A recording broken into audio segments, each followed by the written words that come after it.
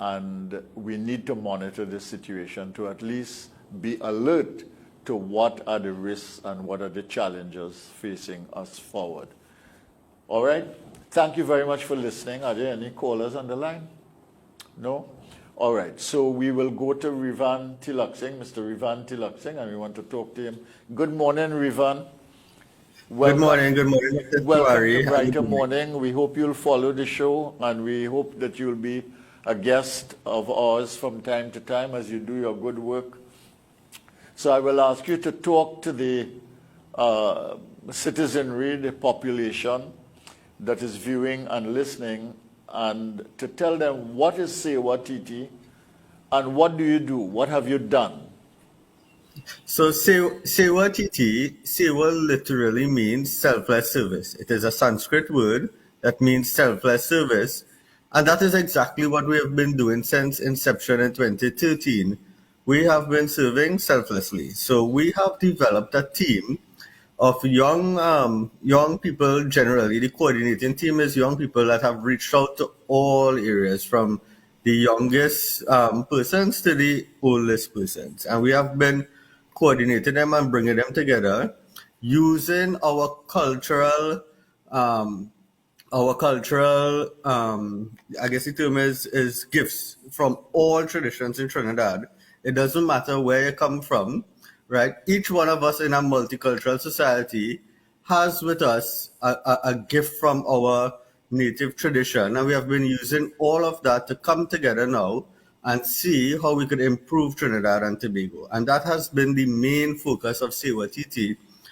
How can we help the most vulnerable? How can we change systems to make it more efficient?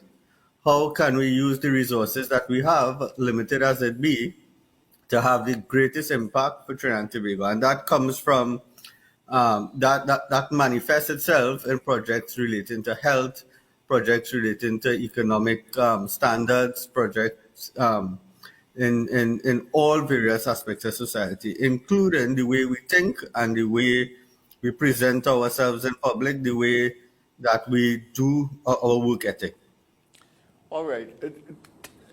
Tell me some of the things that you've done pre-COVID that really gives practical examples of the philosophy and approach that you have in SEWA.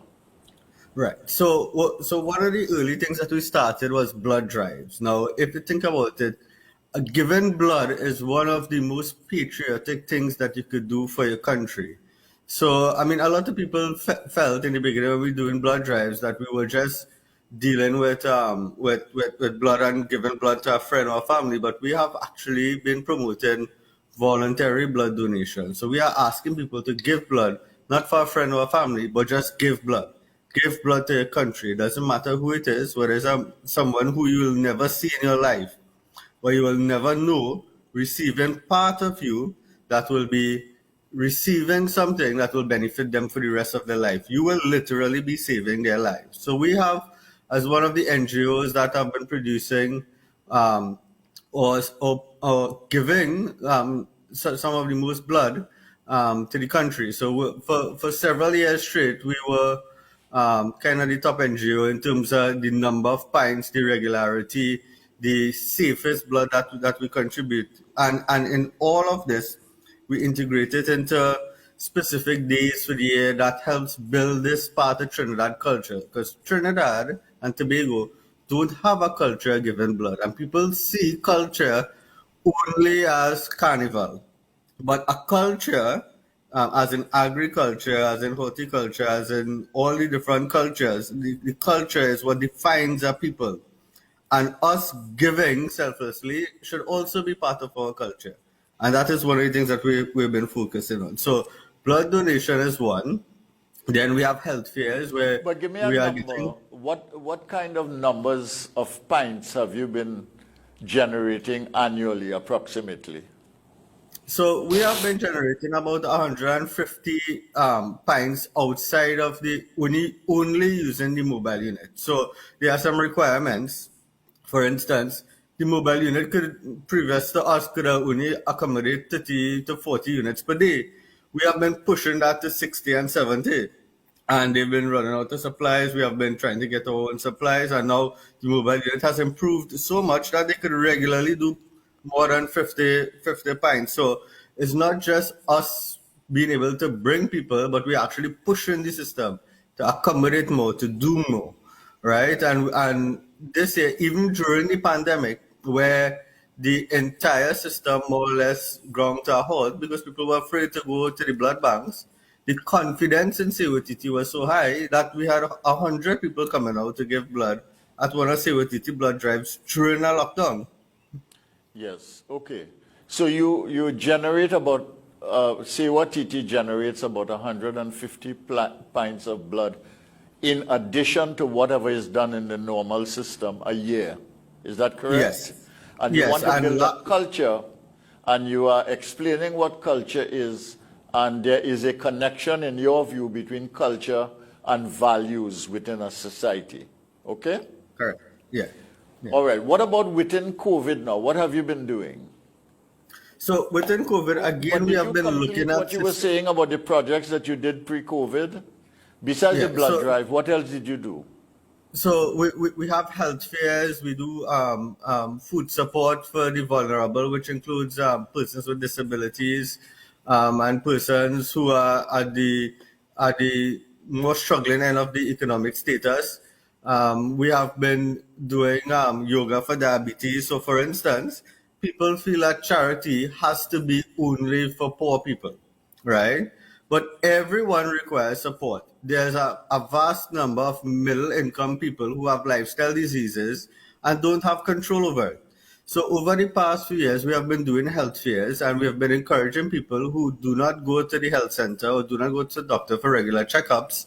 And we have been testing their numbers, their HbA1c, their blood pressure, and a lot of other numbers, right? And we found that even though they are taking medication, because these are lifestyle diseases, if the lifestyle don't change, the numbers don't change.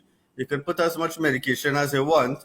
Once you reach a certain wall, you still end up with diabetic foot. You still end up with different diseases, even though you're in an okay economic space. So our team sat down, we thought about it, and we found that the most important and the most effective way is to actually change your lifestyle.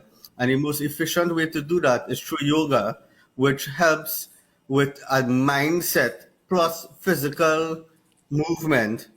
And it could be done, you don't need to be young, you don't need to be flexible, it can be done with everybody. So we've developed systems with chair yoga, we've improved on systems that are clinically trialed around the world. We've partnered with a university called the SEWA University, and we've been training yoga teachers. So we've trained 18 yoga teachers so far that going out into the communities and teaching yoga, using yoga as an adjunct therapy towards the other health. And we've Management of also been lifestyle doing, diseases. yes, but it's been done in a very specific way. So, for instance, there's a stop diabetes movement where we take 50 patients at a time, we test their blood before, we put them through that 3-month program, and then we test the blood after, right? And we found that throughout, even my own parents, for instance, they all have had a significant reduction in their sugar. And it has been, we have seen it being maintained for more than a year now. So, and it's very small little changes that they would have made. It's just once you figure it out and you get it part of your lifestyle. Because we follow up with you almost every day for 3 months, it takes about 3 months for you to change habits, right? And our volunteers stick with their people. They stick with them. So we have had an impact on at least 50 people. Unfortunately, the pandemic started and we couldn't do in-person Stop Diabetes, but we've been continuing the yoga. And now we've developed a very good system of online yoga where we've been having classes from between 20 and 100 depending on the day. All right, okay. Anything else you'd like to mention? And keep it crisp, or else we will not be able to get to all the things that we want to get. You know? Yeah, sure. Make the main point. Yeah. So it's the main point is that we have been looking at whatever we do, we have been looking at these systems, seeing how we could take learning from everyone and how we could pick things out from Yeah, but all of the cultures. let's get to some of the practical things that people understand. You mentioned the blood drive, you mentioned Right. the health fairs, you mentioned the management of diabetes by the yoga intervention. The health fairs, I know what those are. Is there any other thing that you did pre-COVID? Yeah, so the final thing would be international or regional support. So we've also developed a system where if there's a hurricane or there's something, a major natural disaster, we could respond quickly, where we afford people the opportunity to contribute through the supermarkets. We collect the items and we could package within 48 hours and have things sent abroad once the resources are available, once the cash resources is available. What are some of the disasters that you have intervened in the region? So we would have assisted in Dominica in 2017, 2018. We have assisted in St. Vincent and the Grenadines, and those are the two major regional ones right now. And of course, we're looking at the South America, Ghana, Suriname. During this hurricane season, they usually have a lot of floods. So it's something that we put in on the agenda to see how we could assist. Yeah, okay. What about the COVID period here now? What are you seeing in the society now, and what has that prompted you to do during the COVID period? Because a lot of people are in distress, they are out of work, the poverty has increased, the vulnerability has gotten worse. What are you seeing and what are you doing? Well, we are seeing everything that you've just explained. And in addressing that, again, you have to look at the system. So the government rolled out a system where they asked people to sign up, and it was an online system, but people didn't have access to signing up for the system. So we bought a printer, we moved out to the communities, and we set up little stations where people could fill out the grant forms. We tell them bring what they want, a one-stop shop where you could get your ID copied and get everything in place, where we will screen the forms and send it to the ministry, because we're asking people to submit copies of things where all photocopying places are closed. So that was a major deterrent for people being able to actually fill out the forms, right? So that was one of the things where we helped 3,000 persons fill out grant forms. And then from that, from meeting those 3,000 people, we were able to screen and saw that almost all of them were needy, plus the regular people that we do. And we would have organized food packages. So during the course of 2020, SEWA TT provided almost 10,000 food packages for some of these people, at least more than once throughout the year. And we're doing the same in 2021. So that was one of the things. We continued with the yoga for mental health and for doctors. During the COVID period, we had meals for medics, where during the major lockdown, when all restaurants were closed, we were cooking food and giving it to the medical fraternity. And we created a system where other people is now adopting the system. We no longer have the ability to we no longer have the need to send meals to the medics, and other institutions are taking that up. You have also partnered with private sector organizations. You mentioned partnering with the government, but you've also partnered with private sector organizations and the government to help with the vaccination drive, have you? Yes. So early on in 20... Right. Where did you do that and how did you do?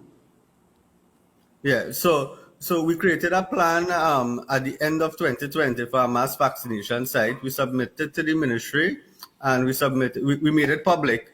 And once vaccines became available, some was assigned to the Trinidad and Tobago Manufacturers Association. They saw the plan and they reached out to us. And within 48 hours, we were able to implement the plan and vaccinate the first 2,500 people. And since then, we have been tweaking and ramping up that plan, which is available to all NGOs and anybody who wants it. And now we're doing as much as 5,000 vaccinations at the Diwali Nagar per day. To date, we have done over 30,000 vaccinations. SEWA TT in collaboration with the manufacturing sector, but the most important component to all of that is the Trinidad and Tobago Medical Association, where the medical volunteers volunteer their time. Okay. But you said you made you sent it to the Ministry of Health, and you made it available to the public, and the TTMA picked you up on it and actually harnessed your services. Did the government reach out to you at all in the vaccination drive, or did they respond to your plan? Yes, they acknowledge the plan, but at the time we just didn't have vaccines. So as vaccines are coming out now, I think the government means of distributing the vaccine, which is through the private sector, more companies, so the Bankers Association, the Security Company Association reached out to us, and we have been implementing that. And I think the plan moving forward now is for Rotary, Red Cross, and some of the other NGOs to also take up such a plan, and we will increase the mass vaccination sites, and SEWA TT will be there with all of them every step of the way.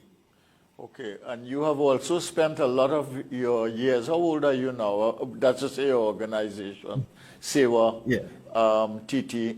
It's about what, 7 or 8 years old now? Yes. So SEWA TT is 7 years, and every year we focus on introducing 1 or 2 new projects and improving on the ones that we have. Okay. How many, on the issue of hunger and the need for food, how many people would you say in that 7 years you have touched their lives and addressed the issue of hunger or food relief? Yeah, I would say somewhere in the vicinity of 5,000 to 8,000 families, right? That would be in terms of people that we would have helped consistently, and consistently meaning that at least 4 or 5 times per year. So we don't just go around and give a hamper and that's the end of it. We would go, we would meet with the family, we'll try to see what else we could support. Sometimes a food hamper is not exactly what they need, but they need something else. For instance, we have been dealing with 150 persons with hearing impaired, but we have been providing support for them every single month for the past 15 months, right? So I would say somewhere in the vicinity between 5 and 7,000, 5 and 8,000 people. Okay, and those are the regulars. What about disaster relief? I know, for instance, I mean, when I was a member of parliament for Caroni Central, I know on many occasions when we had flood and things like that, your organization was very helpful there. How much of those sporadic things that emerge from disasters, how many lives you think you've touched out of that? Yeah, so if we're talking about lives touched, it would be in the vicinity of 30,000 for sure, 30,000 and above. So in 2018, when they had the major floods all in Kelly, Greenville, we were producing something about somewhere around 2,000 to 5,000 meals per day, right? Where again, we developed the systems and the public was able to contribute very easily. But at the end of that project, our count was close to 30,000 for that project alone. So, I mean, a lot of the people are recurrent because flood happened in the same area several times, but throughout the impact, if we were to look at everything we would have done, I would say the number could be as much as 50,000 people. Just our mask making, we distributed 30,000 masks in the second quarter of 2020 during the pandemic. 30,000 masks were given out just in that period only. Okay, and what have you been recognized for the kind of work that you do? Our focus hasn't been pushing for recognition, but the Express has been following us, and just in 2020, we got the community organization of the year. Angostura had recognized us for our work in blood donation, so we got the Angostura Award relating to blood donation. And the Gangadara Committee has recognized our work in in environmental protection, because we've been doing education in environmental protection. We've built recycling machines, small scale machines, so that people can see end to end. We've recognized by the Varsha Patipada Committee for community service and community work, where we actually spend the time to go detail into families and helping families. But in terms of government, we have not been recognized by the government as yet. However, I think those things, our work speaks for itself. I think the people of Trinidad and Tobago have recognized what we are doing. Okay, and tell me something about the people who are involved in this voluntary activity, because you can't do things like that without a lot of help. Yeah. You yourself mentioned the issue of selfless service. What kind of catchment of people are you talking about, and what do these people do in their own lives that they are then able to leave what they do every day and put their heart and soul into things like these? So we have been focused on families, right? The family structure and creating a culture of volunteerism, right? So we started off with young professionals who then included their parents who were retired. So those retired persons have a lot of skills and a lot of resources, but and a lot of time. So they have been helping us do the things and do the organization that we need to do during working hours and to get things done. And then the younger professionals and the stronger able-bodied people come out and do the physical activities on weekends and evenings. And then we have the very young people, the university students, and the younger people helping us write and helping us deal with the social media and helping us find the people who need help and screen those people with guidance from the elders. So it's a real nice cross-section that we have built. And our volunteer base right now is 1,000 people, just about 1,100 people that are committed to doing something for SEWA TT regularly. Okay, so you have a network on file, easily accessible, of 1,100 people that you can tap for any crisis or disaster or any voluntary effort. Yes, and they spread across the entire country, from Toko to Granville, Cedros to Mayaro to Chagaramas. They're all over the country. Okay, you have nothing in Tobago? No, so we haven't been able to focus on Tobago yet, but that's on the cards. As soon as we ease restrictions and it is safe to move, that's our next stop. All right. How do you garner resources? Because it takes resources to do this. Do you get help or support from government? Do you get it from the private sector? Do you get it from ordinary citizens? Do you get it from international organizations? How do you do this?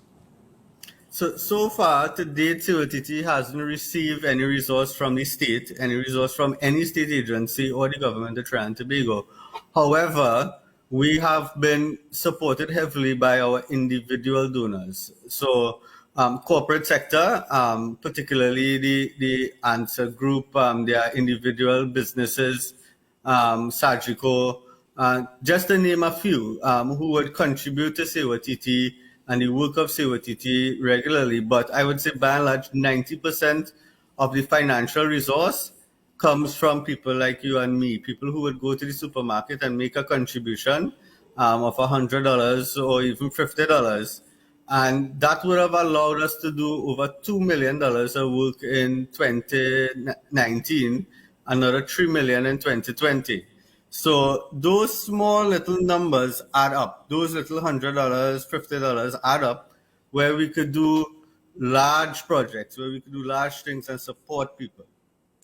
So you would say, based on your experience and what you've been able to do, that by and large, ordinary citizens in Trinidad and Tobago and the corporate sector, once they have a structure and a system, are caring people who are willing to be generous, understanding that there is a great divide and a great need in Trinidad and Tobago. Is that true?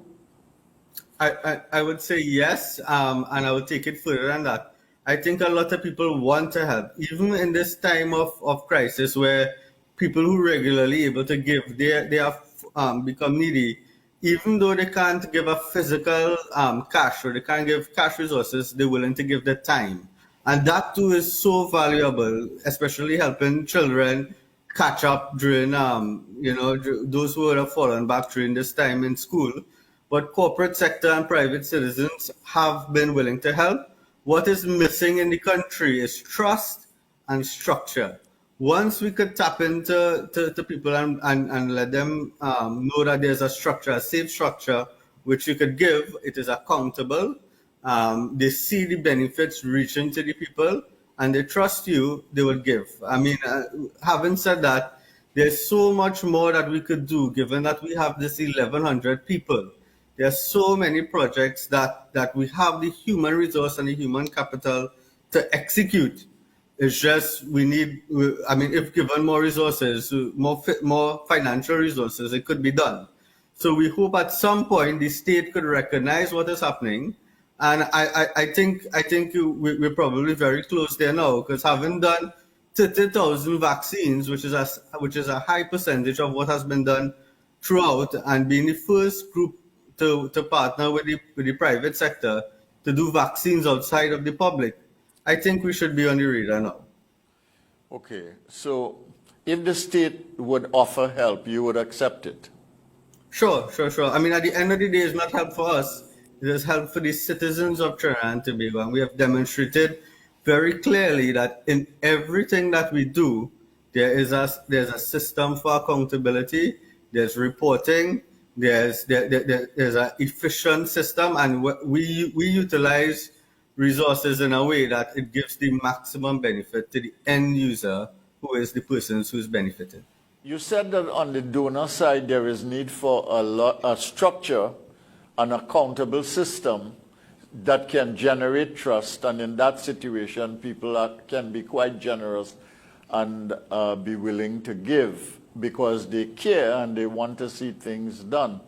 On the other side, on the delivery side where you are dealing with people, do you find a lot of deception in that, or do you basically see people who only really come to you and accept what you have to offer when they are in need and because you are presenting the opportunity? So I would say by and large, we see a lot of honesty and we see very few deception. So there's a misconception that people hoard hampers, right? And there's a misconception that... Hello? Yeah, yes. So there's a there for a minute. Yes, sorry. Yeah, so there's a misconception that people hoard hampers, right? If you look at these hampers, right, these hampers could only carry a family without income for a few days. So it is expected after a few days, these people will require support again, right? So you may see someone going to the Living Waters community and collecting a hamper on the 1st of the month, and then you may see them again at another event on the 15th of the month, and then you might see them again somewhere on the 25th of the month. But the reality is these hampers could only go so far. When we deliver 3,000 hampers, we don't have people come and gather and collect 3,000 hampers. Our volunteers go out and meet the people, and we go inside their homes and we see what the situation is. And because someone have a car, that doesn't mean they are not in financial strain right now. What we are seeing is families that earned $8,000 or $9,000 a month, meaning that the father was flipping burgers for $5,000 a month, he was making some income, and the mother was working in a store for $4,000 a month. They have 3 children, they're happy, they have a little car loan, and they're doing what they have to do, and they're not begging. But for the past 3 months, we haven't had any street food, retail stores are closed, so this family just lost all their income. And one food pack cannot help that family. One food pack just will not suffice. So what do? They go, sometimes they don't know where the next meal is going to come from. So if they get the opportunity to have 2 food packages, they take it. But it doesn't mean that they are stacking up their house with with 50 food packs and they're just doing that for having that sake and reselling it. We have found one person who have been reselling anything from us. And as I say, we have 1,100 volunteers where people go out and they check and they physically look at the people, right? The need is there. And we have to understand, because you give someone $1 and they need $5, it doesn't mean that they should stay with that dollar only and not ask for something else. Okay, so it requires a lot of sensitivity to deal with this situation then. What do you think is going to happen as the economy opens up? What do you think is going to happen? Do you think the number of poor and vulnerable are going to increase? And do we need to maybe take a much more strategic approach to the management of these, not only in terms of donating to these people or giving social welfare support to these people, but we need also to create the conditions in which they can get into entrepreneurial activities, skill themselves for jobs and things like that. Do we need to do that? Are you seeing that? So I have not seen it happening, but I'm seeing that we need to do it. We need a major shift. Yes, we need a major shift in mindset in the type of work we are willing to do, because clearly we have a deficit in the labor market for agriculture. Agriculture is one of the most efficient and easy way out, where we could reduce our food import bill and also produce. We have enough land space to produce food and export. We've seen that. We've seen business willing to retool if given the opportunity. I think what we need is really a good think tank who would sit down, analyze the situation, and define the resources that we have and execute it. And I'll give you a good example of that, right?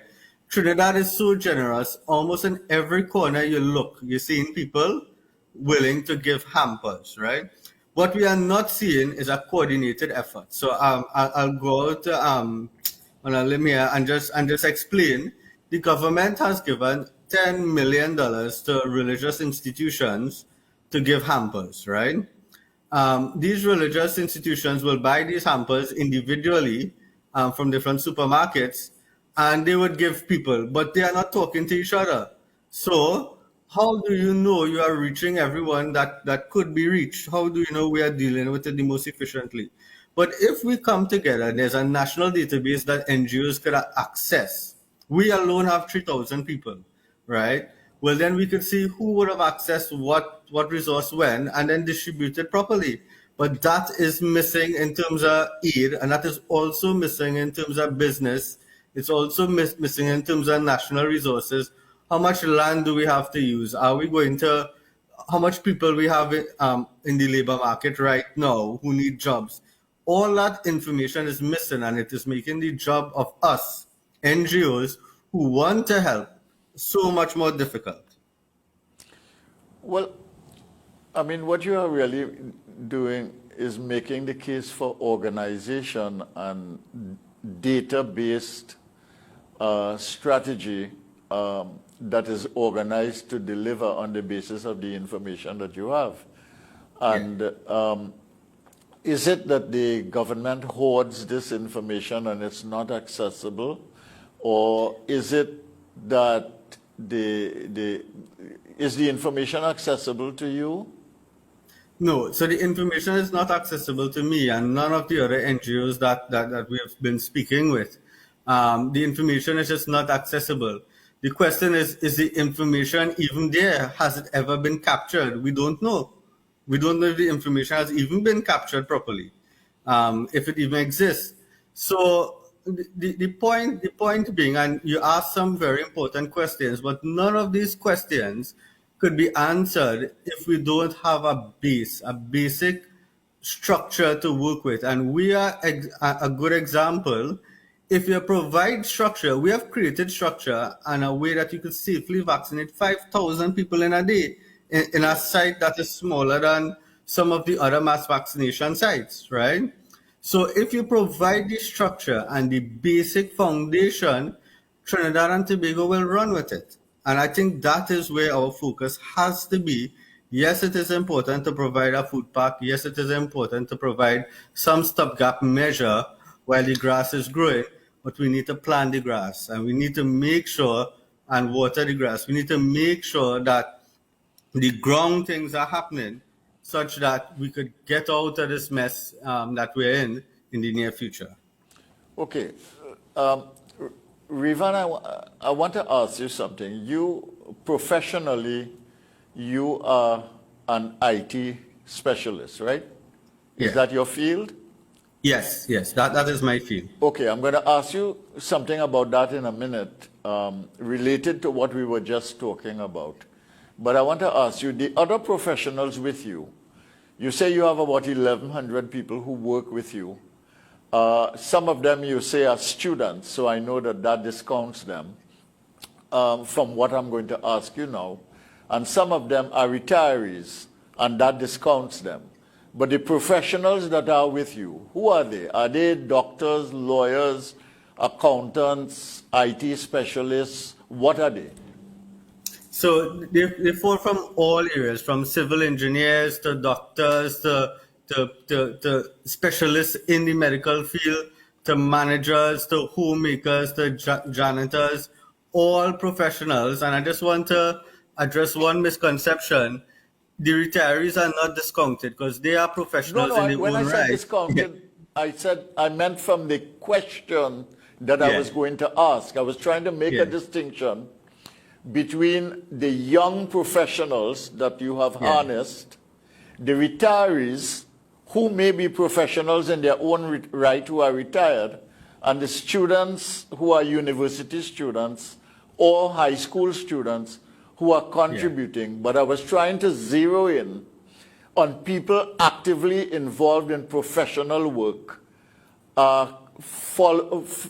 basically pursuing their careers, whether engineers, doctors, lawyers, etc., but yet are willing to dedicate a Yeah. substantial portion of their time to what is essentially good works. So I will give you an example. We have people who dedicate their time just to accounts, right? We have Yes. people who dedicate their time to just phone calls. So we have professionals in almost every area in organizing something like SEWA TT, in organizing a large NGO like us.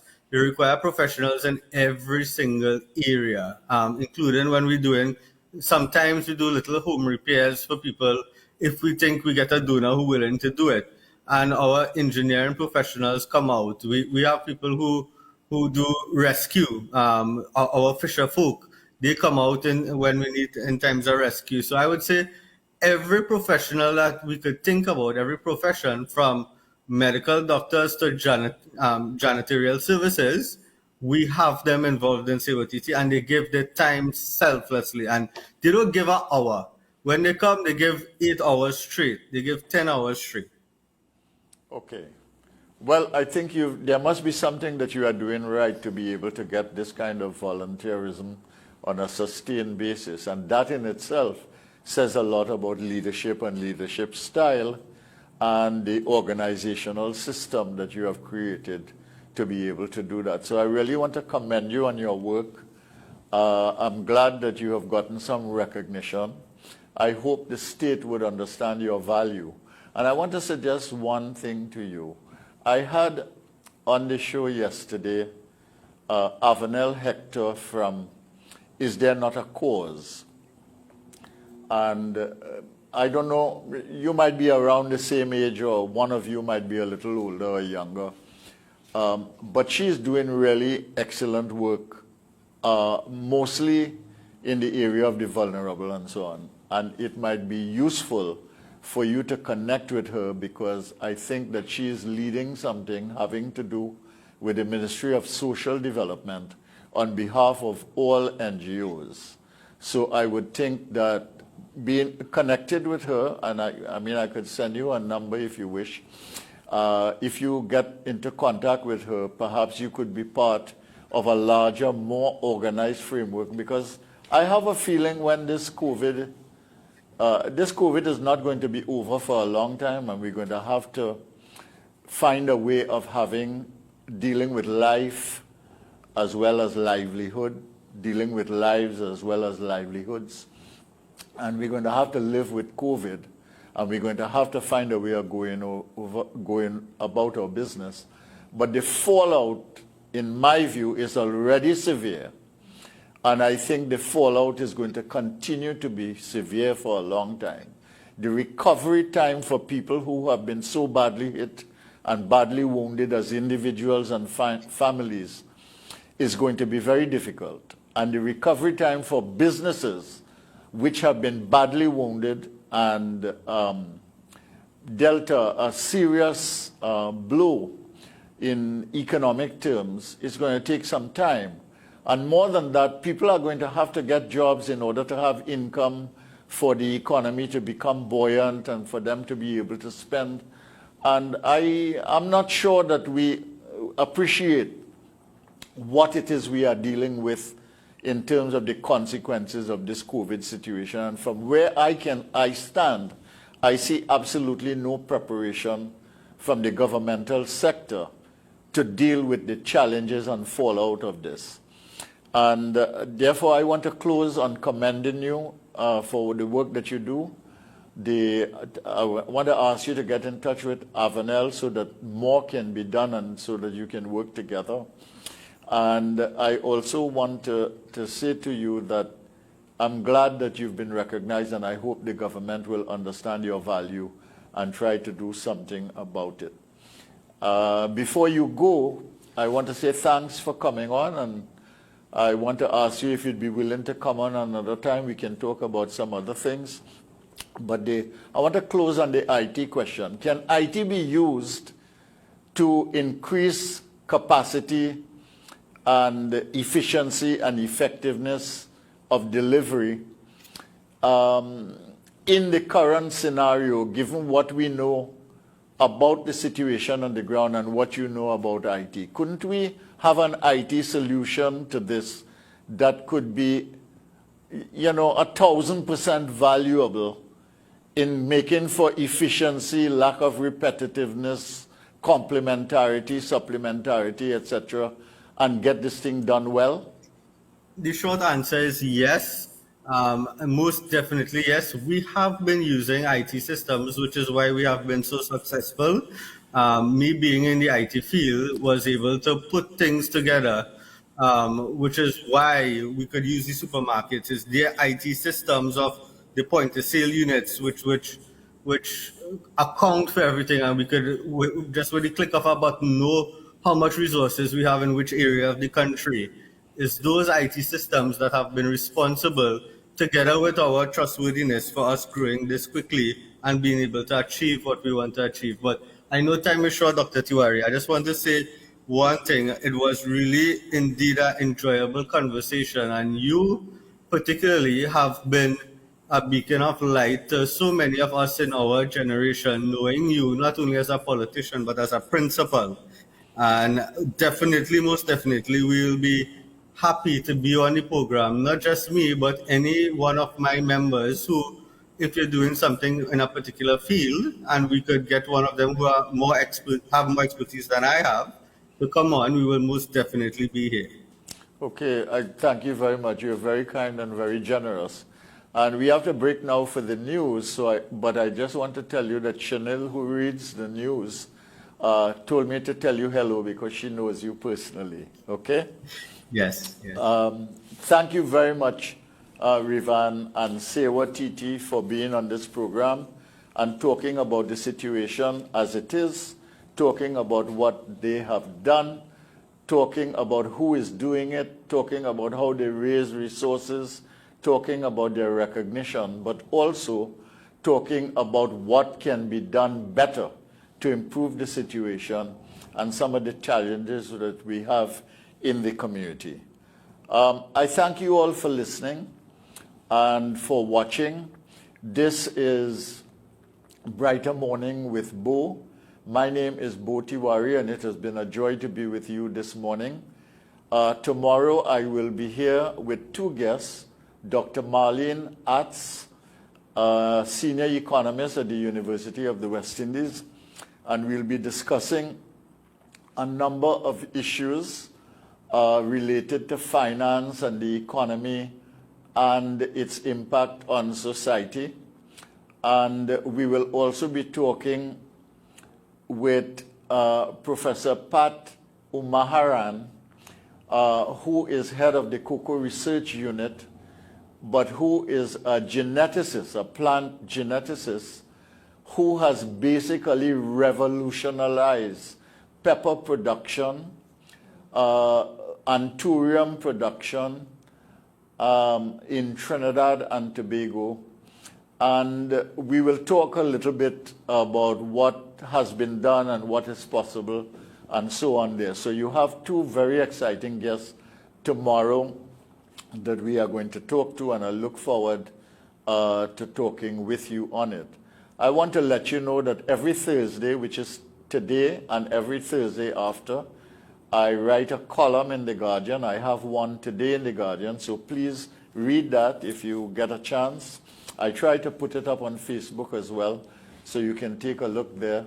And please keep in touch with this program, Brighter Morning with Bhoe. And we will try to do some things that help in the education and clarification of issues for the people of Trinidad and Tobago. Thank you for watching. Thank you for listening. I now hand over to Chanel, who will take you through the news of the day. Thank you very much for watching.